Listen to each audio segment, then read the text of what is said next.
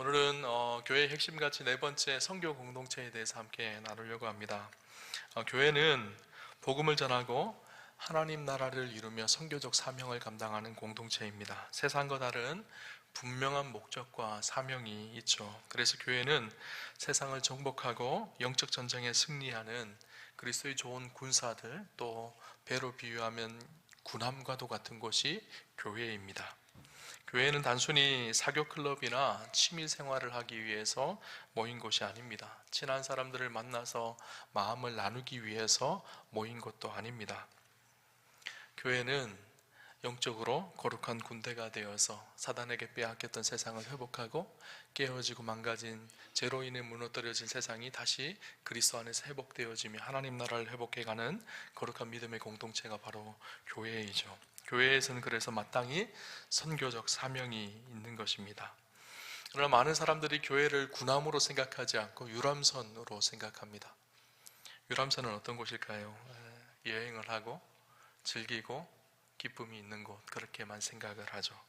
그러나 교회는 단순히 유람선이 아니라 하나님 나라의 복음을 증거하며 세상을 변화시켜가고 하나님 나라를 이루어가는 거룩한 믿음의 공동체, 사명이 있는 교회의 공동체이죠.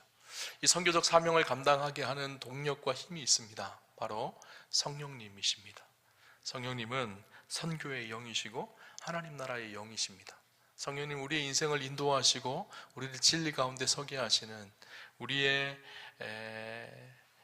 이끄시는 성령, 우리를 이끄시는 성령님이시기도 하지만 동시에 온 세상을 변화시키며 하나님 나라를 세워가는 하나님 나라의 영이시기도 합니다. 교회는 이 증인의 사명을 감당하기 위해서 성령 충만함으로 주님의 일들을 감당해야 합니다. 오늘 성경을 보면 우리가 잘 아는 사도행전 1장 8절 말씀, 지상명령에 대한 말씀이 기록되어져 있죠. 오직 성령이 너희에게 임하시면 너희가 권능을 받고 예루살렘과 온 유대와 사마리아와 땅끝까지 이르러 내 증인이 되리라 하시니라. 예수님께 승천하시기 전에 제자들에게 위임한 위대한 명령, 지상명령입니다. 이 명령을 이루기 위해서 반드시 전제되어야 되는 것이 있죠. 오직 성령이 너희에게 임하시면. 그래서 예수님께서 제자들을 향해서 너희가 예루살렘을 떠나지 말고 오실 성령님을 기다리라고 그렇게 말씀하시고 부탁을 하셨죠. 하나님 나라의 놀라운 선교적 사명은 성령 충만한 믿음의 사람들, 성령 충만한 교회 공동체를 통해서 이루어 가게 하시는 것을 보게 되어집니다. 교회가 성령 충만하고 성령님이 함께 하실 때 하나님 나라를 증거하는 선교 공동체로서의 사명을 온전하게 감당할 수가 있는 것이죠. 중국의 허버트 잭슨 선교사님이 아주 재미있는 일화가 있습니다. 이분이 중국에서 선교사로 사역을 할 때 선교지에 갔는데 그 전에 사역하던 선교사님이 그분에게 그 전에 선교사님이 타던 차를 물려주었습니다. 그런데 차가 너무나 낡은 차인 거예요. 시동을 걸어도 시동이 잘 걸리지 않습니다. 그래서 이 잭슨 선교사님이 생각해낸 것이 인근에 학교가 있는데 그 학교에 그 차를 끌고 가서 시동을 걸 때마다 그 학교 아이들에게 차를 밀어달라고 부탁을 합니다. 그래서 한참 차를 밀면 그제서야 시동이 걸리는 그런 차였었습니다. 나름대로는 굉장히 지혜롭게 대처를 한다고 해서 2년 동안 그렇게 학교의 아이들의 힘을 빌려서 차 시동을 걸면서 그렇게 사역을 하셨다는 거예요. 그런데 2년이 지나고 몸이 좀 안 좋아져서 다시 본국으로 소환되어졌습니다. 새로운 젊은 선교사님이 와서 그 새로운 젊은 선교사님한테 자기가 타던 차를 물려주었습니다. 그러면서 자기가 가지고 있었던 자랑스럽게 지난 이야기를 해주었습니다. 이 차를 시동을 걸려면 저 인근에 있는 학교의 아이들을 불러서 그 아이들이 밀어줘야지 이 차가 시동이 걸린다는 것이었어요. 설명을 들은 젊은 선교사가 본네트를 열어서 자동차를 이렇게 저렇게 체크해 봅니다. 그러자 그 젊은 선교사가 잭슨 선교사에게 이렇게 얘기합니다. 선교사님, 이 자동차의 문제는 가만히 보니까 별것 아닌 것 같습니다. 저 펜벨트 줄이 너무 느슨하게 있었던 것 같습니다. 저것을 조이면 될 것 같습니다 하면서 펜벨트 줄을 단단하게 조였습니다. 그리고 운전석에 올라가서 시동을 거니까 부르릉 하고 시동이 걸리는 거예요. 2년간이나 안 해도 될 고생을 이 선교사님이 한 것이죠. 동력이 약해서가 아니라 그 동력을 잇는 벨트가 느슨해졌기 때문입니다. 이 말이 우리에게 주는 아주 중요한 메시지가 있다라는 생각이 듭니다. 교회 공동체도 마찬가지입니다. 성령님이 달라지신 것이 아니죠. 하나님의 능력이 달라진 것이 아닙니다. 중요한 것은 우리가 성령님의 인도함을 받지 못하고 성령의 충만함을 얻지 못했기 때문인 것이죠. 성령님은 여전히 오늘 이 시대에도 우리 가운데 신실하게 일하시고 계시고, 성령 충만함 하나님의 사람들을 통해서 하나님의 영광을 드러내고 주의 복음이 증거되어지고 하나님의 뜻이 이루어져 가고 있습니다. 여러분, 성령이 임하셔야 하나님의 뜻을 알게 되고 그분의 일을 제대로 할 수가 있습니다. 그래서 오늘 성경에 보면 오직 성령이 너희에게 임하시면 너희가 권능을 받고 이렇게 기록을 하죠. 오직이라는 말을 합니다. 그 말은 무슨 말일까요? 다른 건 없다는 거예요. 유일한 방법이라는 거예요. 우리가 주의 일을 하고 하나님 나라의 사명을 감당하고 주의 복음을 증거하고 선교적 사명을 감당하는데 가장 중요한 것이 있는데, 그것이 무엇인가 하면 성령의 충만함, 성령이 주시는 능력과 성령이 주시는 힘으로 그 일들을 마땅히 감당할 수가 있다는 것이죠. 오늘 성령이 임하면 우리 안에 어떤 일이 일어날까요? 두 가지를 좀 함께 나누면 좋겠다라는 생각이 들었습니다. 첫째는 성령 충만함으로 우리는 오늘 성경에 말하고 있죠, 권능을 받게 된다라고 말하고 있어요. 우리에게 심각한 오해가 한 가지 있습니다. 그것이 무엇인가 하면 복음은 모든 그리스도인들에게 해당된다고 믿지만 성령 충만하고 능력을 받고 사는 사람은 아주 특별한 사람, 소수의 사람들에게만 해당된다고 그렇게 생각을 합니다. 목사님, 예수 믿어서 나 구원받았습니다. 그렇지만 성령 충만하고 성령의 권능으로 살아가는 것은 나하고 거리가 좀 먼 것 같습니다. 내 이야기는 아닌 것 같습니다. 어떤 사람은 그렇게 이야기합니다. 성령 충만한 것은 목사님 제 체질이 아닌 것 같아요. 그렇게 이야기합니다. 여러분, 성령 충만함이 체질에 따라서 임하는 것일까요? 아니죠. 우리가 예수를 믿고 구원을 받고 예수 그리스도의 복음을 통해서 하나님의 자녀가 되는 것은 모든 사람에게 해당되어지는 것이죠. 뿐만 아니라 성령의 권능을 받고 능력 있는 그리스도인으로 살아가는 것도 특별한 사람, 목사나 선교사나 전도사님이나 기도 많이 하는 어떤 권사님에게만 주어지는 특권이 아니라 모든 그리스도인들에게 주시는 축복과 은혜가 바로 성령 충만하여서 성령의 권능으로 주의 일을 감당하게 하는 것입니다. 예수님께 십자가로 구원받은 모든 사람에게 약속하신 삶의 능력 있는 그리스도인의 삶의 능력이 바로 성령 충만한 삶이라는 거예요. 그 삶에 아무도 제외될 수가 없습니다. 예수 믿는 사람 하면 여러분 어떤 이미지가 떠오르나요? 안 믿지 않는 사람들에게 물어봤어요. 예수 믿는 사람 하면 어떤 이미지가 떠오릅니까? 라고 물어보니까 여러 가지 대답이 있습니다. 예수 믿는 사람은 술, 담배 안 하는 사람, 예수 믿는 사람은 명절에 제사 안 드리는 사람, 예수 믿는 사람은 주일날 교회 가서 예배 드리는 사람, 여러 가지 얘기가 나오더라고요. 그런데 이런 이야기가 있습니다. 예수 믿는 사람들은 좀 시대에 뒤떨어지는 것 같은 사람, 예수 믿는 사람들은 좀 편합하고 세상을 좀 회피하는 사람 같은 그런 이미지가 세상 사람들에게 있더라는 거예요. 그런데 여러분, 예수 믿는다라는 것은요, 단순히 술 먹고 담배를 안 피우는 그런 정도가 아니라 사실은 세상 속에 세상을 변화시켜가며 세상을 회피하는 사람이 아니라 세상 속에 하나님 나라를 이루어가며 세상 속에 거룩한 용기와 변화를 일으켜가는 사람들이 그리스도인입니다. 그것이 사실 성경에서 말하는 그리스도인들의 모습인 것이죠. 많은 사람들이 예수 믿는 사람은 그냥 술, 담배 안 하는 사람 정도로만 생각합니다. 그러나 성경은 그렇게만 말하지 않습니다. 술, 담배 하라는 이야기가 아니라요, 술, 담배 안 하는 정도가 아니라 세상 속에 거룩한 영향력을 미치고 능력 있는 하나님의 사람으로 세상을 변화시켜가는 사람들, 그들이 그리스도인의 삶을 사는 것이죠. 성경에 나타나는 수많은 그리스도인들의 이미지를 한번 생각해 보십시오. 골리앗 앞에 선 다윗을 생각해 보십시오. 도저히 인간적인 방법으로 거대한 골리앗을 쓰러뜨릴 수 없지만 하나님의 이름 붙들고 골리앗 앞에 서서 담대하게 하나님 나라를 선포하고 있는 다윗의 모습, 사자굴에 들어갈지언정 하나님을 향한 기도를 멈추지 않고 하나님 앞에 나아가는 용감했던 다니엘과 세 친구들을 생각해 보십시오. 적들의 방해와 위협 앞에서 한 손에는 칼을 들고 한 손에는 쟁기를 들고 52일 동안 예루살렘 성벽을 완공했던 느헤미야의 모습을 생각해 보십시오. 그들의 모습은 단순히 개인의 경건의 모습만을 지키는 사람들이 아니라 세상을 변화시켜가며 세상 속에 능력 있는 하나님의 사람들로 살아냈던 믿음의 사람들의 모습을 보게 되어집니다. 여러분, 삼손이 맨손으로 사자를 때려잡고 나귀 특별로 블레셋 군대 1000명을 죽이는 그런 놀라운 구원의 역사를 이스라엘 가운데 행합니다. 근데 그렇게 할 수 있었던 근원이 어디에 있었을까요? 언제부터 삼손이 그런 사람이었을까요? 사사기 15장 14절에 보면 이렇게 얘기합니다. 삼손이 레위의 이름에 블레셋 사람들이 그에게로 마주 나가며 소리 지를 때 여호와의 영이 삼손에게 갑자기 임하심에 그의 팔 위에 밧줄이 불탄 삼과 같이 그의 결박되었던 손에서 떨어진지라. 여호와의 영이 삼손에게 갑자기 임하심에, 하나님의 영이 임하셨을 때 그런 능력 있는 하나님의 사람으로서 세상 속에 선한 영향력을 미치며 놀라운 일들을 감당했던 사람으로 쓰임받을 수가 있었던 것이죠. 오늘 우리도 마찬가지입니다. 성령 충만했던 성령의 능력으로 세상을 변화시켜가며 세상에 능력 있는 하나님의 사람으로 살아갈 수 있도록 성령은 우리에게 그 동력과 힘을 주시는 분이 성령님이시죠.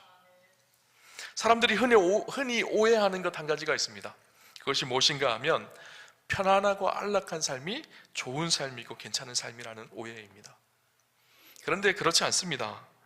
여러분, 사람들은요 때때로 보람 있는 일을 위해서 힘겹게 노력하며 성취할 때 삶의 진정한 의미를 느끼게 되어지고 기쁨을 그 속에서 누립니다. 남자들이 가장 많이 하는 이야기가 무슨 이야기죠? 군대 이야기죠, 그죠? 군대에서도 무슨 얘기인 줄 아세요? 군대에서 편안하게 있었다 이런 얘기는 아무도 안 합니다. 군대에서 고생한 이야기 합니다. 그래서 후방에 있었던 것보다는 전방에 있었던 이야기 하고요, 전방에 있었던 것보다는 해병대 나왔던 이야기 하고요, 특전사 됐다는 이런 이야기 합니다. 그래야지 할 얘기가 있고 그 속에서 보람을 느꼈거든요.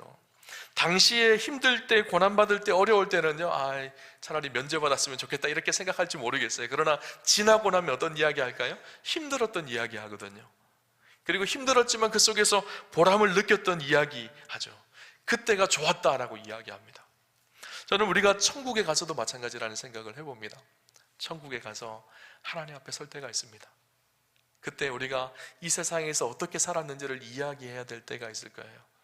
어떤 사람은 지극히 편안하게 안전하게 잘 살았다, 그런 사람들은 할 말이 없을 것입니다. 그러나 밤새도록 고군분투하며 주의 복음과 하나님 나라를 위해 수고하며 애쓰며 하나님이 영광 받으실 그 일을 위해서 수고했던 그 사람은 천국에서 느끼는 기쁨과 희열과 감격이 있을 것입니다.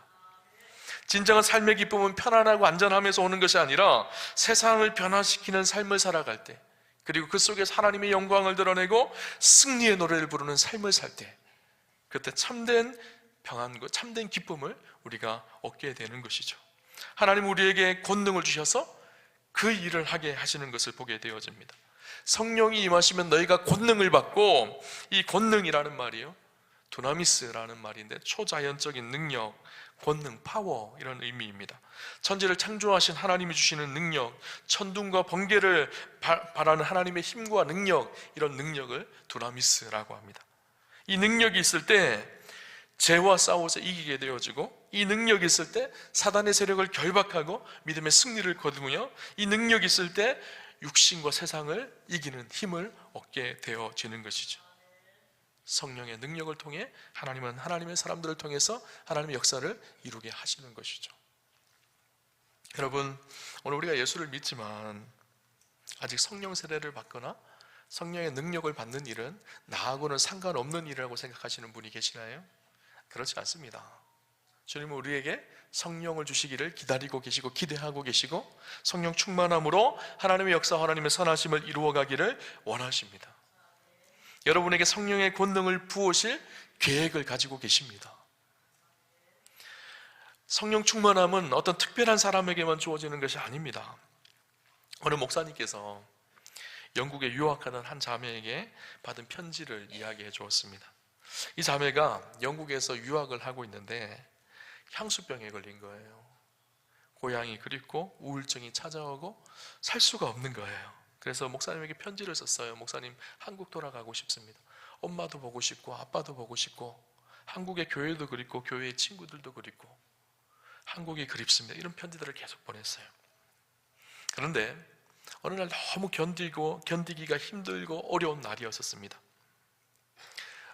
영국집에 자취를 하고 있었는데 그 영국집 주인이 잠깐 집을 나간 사이에 문을 걸어 잠그고 이 자매가 고통스럽게 하나님 앞에 호소하며 울기 시작했습니다. 하나님, 집에 가고 싶어요. 엄마도 보고 싶고 아빠도 보고 싶고 교회도 가고 싶고 견딜 수가 없습니다. 더 이상 영국에 살 수가 없습니다. 나 어떻게 해야 합니까 하나님? 유학도 포기하고 싶고 장래도 다 포기하고 싶습니다. 나 한국으로 돌아가겠습니다. 그렇게 하나님 앞에 떼쓰며 하소연하기 시작한 거예요. 엉엉 울면서 소리를 쳐서 기도하고 있는데 한참 그렇게 기도하고 있는 중에 마음속에 성령님이 임하시는 것을 느끼게 됩니다. 그리고 마음에 평안이 밀려오는 거예요. 갑자기 방언이 터지고 애통하며 흘렸던 눈물이 기쁨으로 바뀌어지기 시작하더라는 거예요. 그리고 입속에서 찬양이 나오기 시작합니다. 찬송가 438장이 나오더라는 거예요. 높은 산이 거친 들이 이렇잖아요, 그죠? 그런데 찬양 가사를 바꿔서 이렇게 불렀대요. 높은 산이 거친 들이 영국이나 한국이나 내 주 예수 모신 곳이 그 어디나 하늘나라 할렐루야 찬양하세 내 모든 죄 사함 받고 주 예수와 동행하니 그 어디나 하늘나라. 그 얌전한 자매가요 거실에서 이 찬송가를 부르면서 덩실덩실 춤을 추며 그 찬양을 불렀다고 합니다. 그러면서 그 목사님에게 장장 4장에 걸쳐서 긴 편지를 보냅니다. 그 편지의 내용은 이렇습니다. 목사님, 저는 여기에서 성령의 은혜를 경험했습니다. 이렇게 기쁘고 평안하고 좋을 수가 없습니다. 저 이제 한국에 가지 않아도 될 것 같아요, 목사님. 환경은 아무것도 바뀐 것이 없습니다. 그러나 성령이 임하시고 성령의 능력으로 그 시험을 이겨낼 수가 있었던 것이죠. 성령님이 함께 하시면 못할 일이 없는 것이죠. 우리가 세상을 어떻게 이기나요? 성령의 충만함으로 세상을 이길 수 있는 능력이 있게 되어집니다.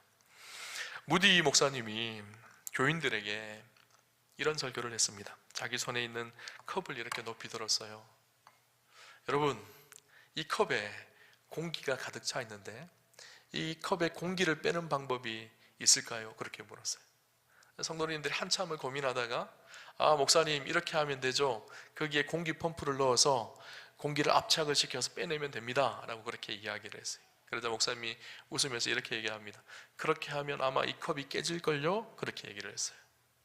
그러면 어떻게 하면 이곳에 공기를 다 빼낼 수가 있을까요? 물었어요. 아무도 대답을 안 합니다. 그때 무디 목사님이 이렇게 얘기를 합니다. 옆에 있던 주전자를 가지고 와서 물을 붓습니다. 물이 가득 차니까 어떻게 될까요? 자동으로 공기가 다 빠져나갔죠. 그렇죠? 우리 안에 성령님으로 가득 채워지면 우리 안에 있는 불안과 두려움과 염려와 죄된 속성이 다 사라지게 되어져 있습니다. 그리스도인이 성공할 수 있는 비결은 성령 충만함입니다.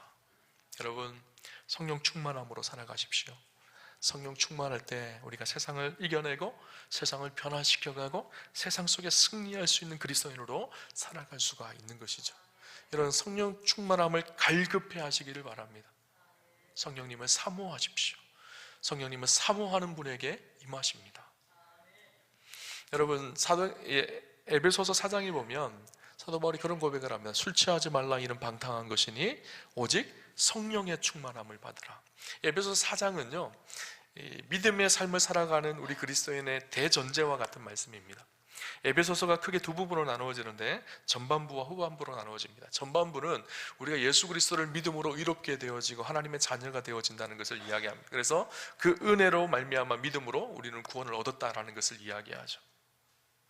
그리고 나서 후반부는 그렇게 은혜로 구원받은 우리 그리스도인의 삶이 어때야 되는지를 이야기하는데 그 대전제가 무엇인가 하면 성령 충만함이라는 거예요. 성령 충만할 때 사랑할 수 있는 능력이 나타나고 성령 충만할 때 온전한 관계를 이루어갈 수 있는 능력이 나타나고 성령 충만할 때 믿음의 열매들이 우리 삶 속에 드러난다는 것을 이야기하고 있는 거예요. 그리스도인이 그리스도인답게 살아갈 수 있는 비결은요 성령님께 있습니다. 그 성령님을 의지하고 그 성령님께서 우리의 삶을 다스리기 시작할 때 능력 있는 그리스도인의 삶을 살아가게 되는 것이죠. 두 번째, 성령에 충만하면 우리의 삶이 어떻게 될까요? 예수 그리스도의 증인이 되어지고 성령 충만한 믿음의 교회 공동체는 선교하는 공동체가 되어집니다. 오늘 본문 말씀에 보면 우리들이 깊이 생각해야 될 말씀이 한 부분이 있습니다. 주님의 증인이 되리라 이렇게 말하고 있죠. 오직 성령이 너희에게 임하시면 너희가 권능을 받고 예루살렘과 온 유대와 사마리아와 땅끝까지 이르러 내 증인이 되리라 이렇게 말합니다. 되리라 수동태로 쓰여져 있죠. 이런 표현을 신적 수동태라고 표현하고 있는데, 우리가 의지를 가지고 증인이 되는 삶을 살아가는 것도 참 중요하지만 더 중요한 것은 성령이 임하시면 그렇게 살아갈 수 있도록 우리를 인도하신다라는 거예요.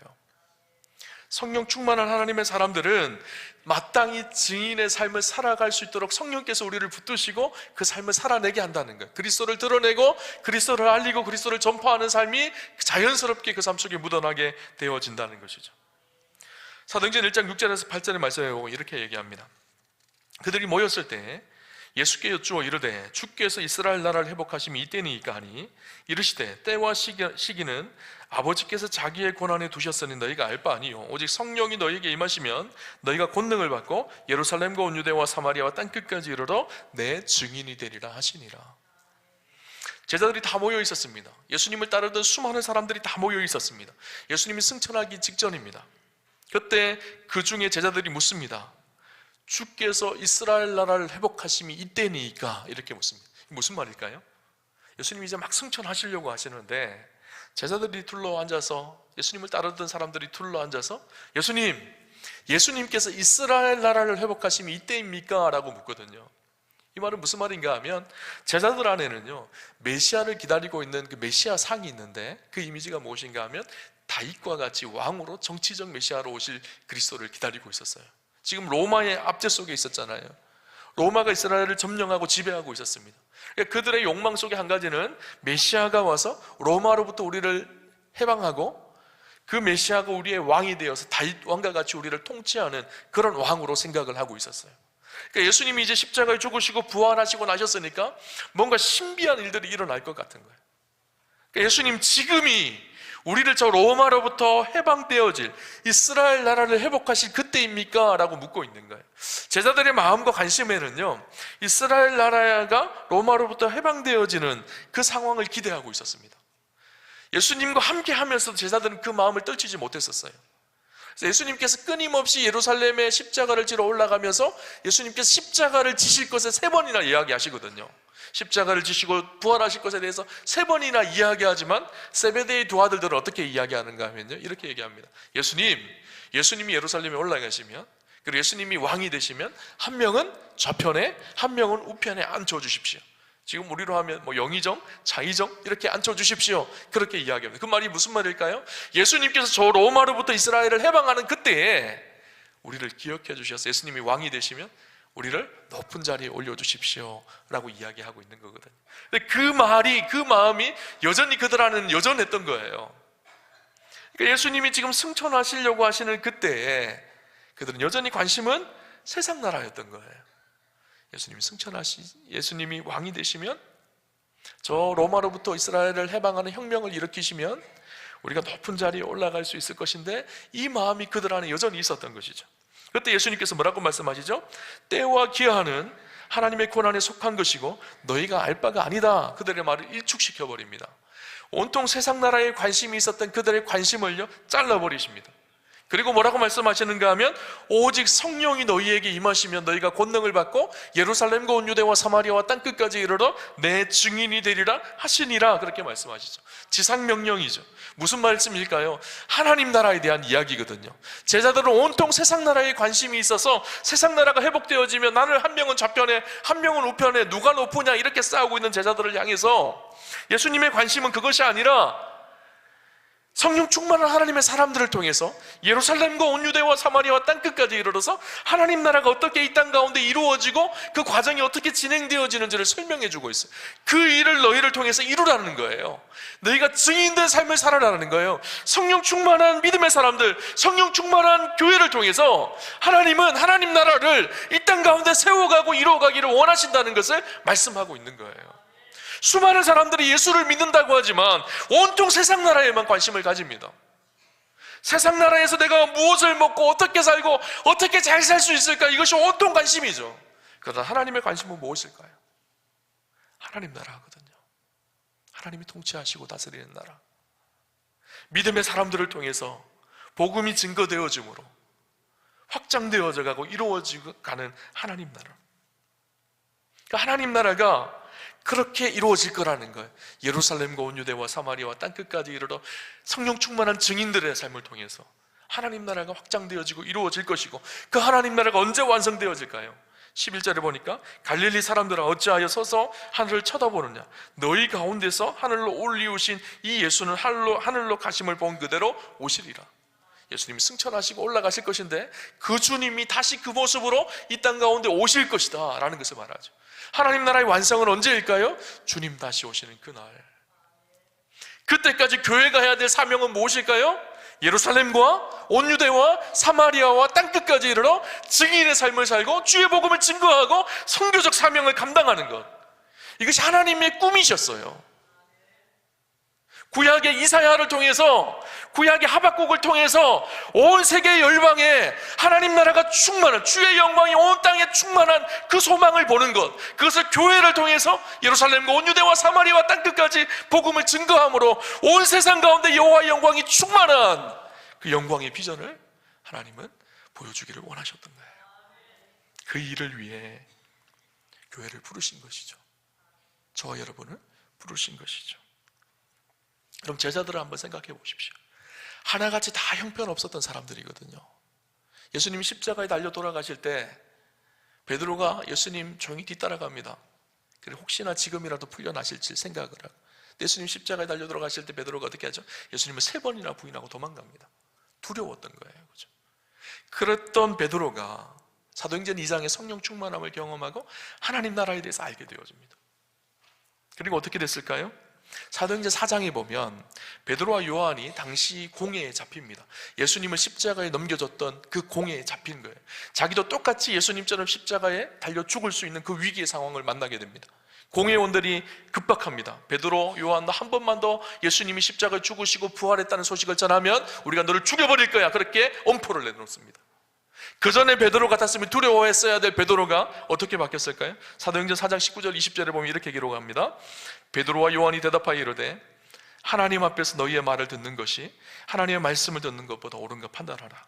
우리는 보고 들은 것을 말하지 아니할 수 없다 하니.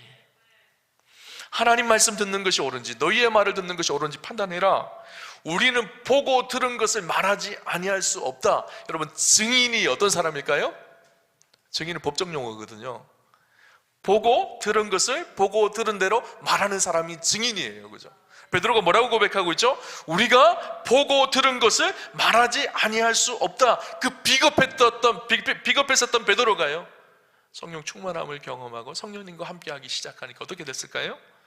보고 들은 것을 담대하게 선포합니다. 그들이 만났던 예수 그리스도, 십자가에 죽으시고 부활하신 예수 그리스도, 이 은혜의 복음을 주저하지 않고 증인의 삶을 살아가기 시작하죠. 이렇게 증인의 삶을 살아가기 시작했던 사람들을 통해서 하나님 나라는 이루어져 가고 있고 선포되어져 가고 있고, 하나님 나라는 주님 오시는 그날까지 이루어져 가고 있는 거예요. 그래서 아까 말씀드렸던 것처럼 하박국의 고백처럼 물이 바다 덮음같이 여호와의 영광이 온 세상에 충만한 그날까지 교회는 죄로 인해 깨어진 세상 속에 주의 복음을 증거하며 하나님 나라를 회복해가는 선교적 사명이 있고, 그 사명을 감당하는 공동체가 바로 교회 공동체입니다. 우리 우암교회가 해야 될 수많은 일들이 있겠죠. 그런데 가장 첫 번째 해야 될 우선순위는요, 교회가 교회로서 감당해야 될 사명을 감당하는 일입니다. 복음을 전하고 우리가 증인의 삶을 살고 예루살렘과 온 유대와 사마리아와 땅끝. 예루살렘은 어딜까요? 지금 이 예수님과 제자들이 있는 곳 예루살렘이거든요. 온 유대는 예루살렘을 둘러싸고 있는 지역, 유대 지역이죠. 사마리아는 북쪽입니다. 특수 지역이죠. 땅끝은 어딜까요? 이스라엘을 넘어선 다른 열방을 말합니다. 오늘 우리로 따지면 청주와 우리가 살아가고 있는 이 충청북도, 더 나아가서 온 유대는 남한 대한민국을 말할 것이고요, 사마리아는 저 북녘 땅이나 특수 지역, 그리고 온 열방은요 아시아를 넘어서서 온 세계 열방이죠. 근데 이 명사들이요 다 카이라는 접속사로 연결되어져. 이 카이라는 헬라어 접속사는요, 예루살렘이 끝나면 온 유대로 가고, 온 유대가 끝나면 그 다음에 사마리아로 가고, 사마리아가 끝나면 열방으로 가는 것이 아니라 동시다발적인 것을 말합니다. 예루살렘, 온 유대, 사마리아와 땅끝 모든 곳에서 그리스도인들이 증인의 삶을 살아내고 하나님 나라의 복음을 증거하고 주님의 뜻을 이루어가고 하나님 나라를 역사 속에 도래하게 하는 이 사명이 우리에게 있다는 것을 말하고 있는 것이죠. 여러분, 우리가 감당해야 될 사명이 이것입니다. 하나님 나라의 일이 바로 그것이죠. 여러분, 제자들의 관심은요, 세상 나라의 관심이었었어요. 여러분의 관심은 무엇인가요? 세상 나라가 여러분의 관심인가요? 아니면 하나님 나라의 일이 여러분의 관심인가요? 성경에 보면요, 세상 나라, 견고하고 흔들리지 않고 무너지지 않을 것 같은 세상 나라, 그러나 그 세상 나라는 멸망하고 사라진다고 이야기합니다. 바벨론 같은 나라도 사라졌고 로마도 사라졌습니다. 그래서 요한계시록 18장 2절에 보면 무너졌도다 무너졌도다 큰 성 바벨론이요, 이렇게 이야기합니다. 무슨 말일까요? 우리가 그토록 의지하고 신뢰하고 있는 세상이요, 그렇게 때가 되어지면 무너진다는 거예요. 시편 103편 15절 16절에 이렇게 얘기합니다. 인생은 그날이 풀과 같으며 그 영화가 들의 꽃과 같도다. 그것은 바람이 지나면 없어지나니 그 있던 자리도 다시 알지 못하거니와. 모든 것이 들의 풀과 같고 모든 부귀영화가 들의 꽃과 같다는 거예요. 풀이 마르고 꽃이 시들게 되어진다는 거예요. 영원할 것 같지만 영원하지 않다. 세상이 그렇다라는 거예요. 세상 나라가 그렇다라는 거예요. 많은 사람들이 썩어 없어지는 세상 나라를 바라보며 그곳에 소망을 두며 살아갑니다. 그럼 우리 그리스도인들은 어떤 사람들일까요? 세상 나라 바라보며 살아가는 사람들이 아니라 영원한 나라를 바라보며 살아가는 사람들이죠. 요한계시록 22장 3절에 5절을 보면 영원한 나라에 대한 이야기를 합니다. 다시 저주가 없으며 하나님과 그 어린 양의 보좌가 그 가운데 있으리니 그의 종들이 그를 섬기며 그의 얼굴을 볼 터이요 그의 이름도 저희 이마에 있으리라. 다시 밤이 없겠고 등불과 햇빛이 쓸데없으니 이는 주 하나님이 그들에게 비치심이라. 그들이 세세토록 왕노릇하리로다. 영원한 나라가 그렇다라는 거예요. 다시 밤이 없겠고 등불과 햇빛이 필요가 없다는 거예요. 왜 그럴까요? 빛이신 주님이 계시는 곳이기 때문에. 그곳은 그 보좌에 어린 양 대신 예수 그리스도가 그 보좌에 앉아있고 모든 종들이 그를 섬기며 세세토록 왕노릇하며 믿음을 지켰던 사람들이 그렇게 하나님께 영광을 돌리며 왕노릇하며 살아가는 영원한 나라, 새하늘과 새 땅, 그 땅이 있다는 것을 성경은 우리에게 이야기하고 있죠. 믿음의 사람은 그 영원한 나라를 바라보며 살아가는 사람들입니다. 하나님의 꿈을 꾸고 하나님의 비전을 가지고 온 세상 가운데 충만하게 임할 그 영광의 나라를 소망하며 이 땅에서 복음을 전하며 증인의 삶을 살아내는 공동체, 그리스도인, 그들이 믿음의 사람들인 것이죠. 저는 우리 오함교회가 맡겨진 사명을 잘 감당하여서 마지막 때에 하나님 앞에 아름답게 칭찬받는 저 여러분의 인생이 그렇게 하나님 나라에 아름답게 칭찬받는 복된 인생과 삶이 되시기를 주님 이름으로 축원합니다.